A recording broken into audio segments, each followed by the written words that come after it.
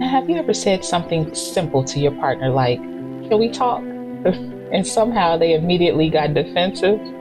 Maybe their tone changed. Maybe they sighed. Maybe they crossed their arms and said, "What did I do now?" And if you're anything like my husband, he'll say, "I don't want no smoke." And you're sitting there thinking, "I wasn't criticizing you. I just wanted to talk." If you've ever experienced this, you're not alone. And one of the most frustrating things in relationships is when your partner reacts to something you never actually said. And often it leaves both people feeling confused. One person feels accused, the other person feels misunderstood. And so, what's actually happening? The answer usually has less to do with the words being spoken and more to do with how those words are being interpreted. This is where I often talk about what I call the hurting ear versus the healed ear. The hurting ear doesn't just hear words, it hears meaning.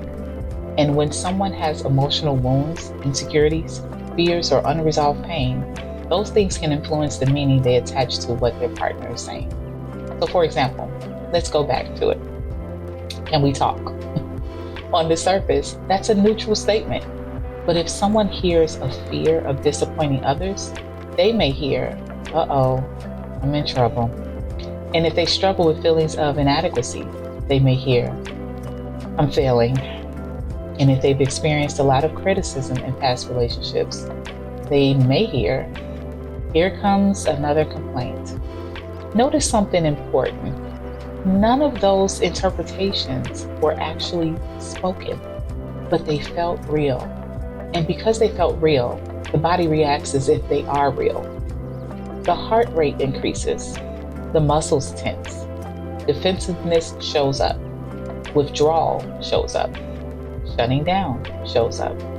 Not because the partner was attacking them, but because their nervous system detected danger.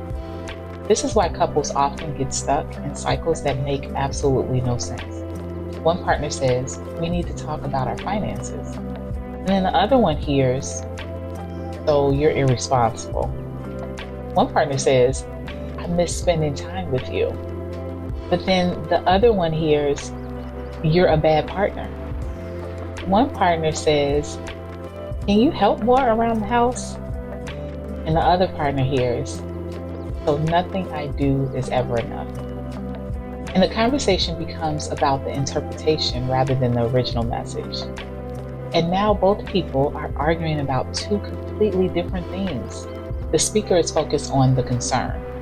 The listener is reacting to the meaning they've attached to the concern. This is why communication isn't just about talking. It's about translation. Healthy couples learn how to slow down and check their interpretations before reacting to them.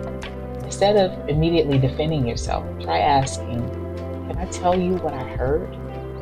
Or, "The story I'm telling myself right now is that you're saying I'm failing. Is that what you meant?" That question can completely change the direction of a conversation because now you're checking for accuracy instead of reacting to an assumption. And if you're the person bringing up concern, don't assume your partner heard what you intended. Sometimes it's helpful to actually ask, "What are you hearing me say right now?" You may be surprised by the answer. You might discover that while you were trying to express a need, your partner heard rejection. While you were asking for connection, they heard criticism. While you were seeking understanding, they heard disappointment. The goal isn't to blame each other. The goal is awareness.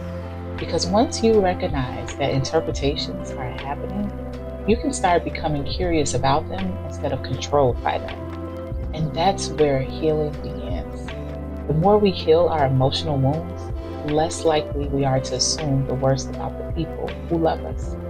We become better able to hear what was actually said instead of what our fears are telling us what was said. So the next time your partner reacts strongly to something that felt harmless to you, don't immediately assume they're being overly sensitive. And if you're the one feeling defensive, don't immediately assume your partner is attacking. So pause, get curious, ask questions, because sometimes the biggest problem in a relationship isn't what was said, it's the meaning that got attached to it. And when couples learn to separate those two things, communication becomes a whole lot easier. Now, if this resonates with you, let me know in the comments. What's something your partner has said that you completely misunderstood at first? And if you want to learn more about the hurting ear versus the healed ear framework, make sure you subscribe because that's exactly what we explore here.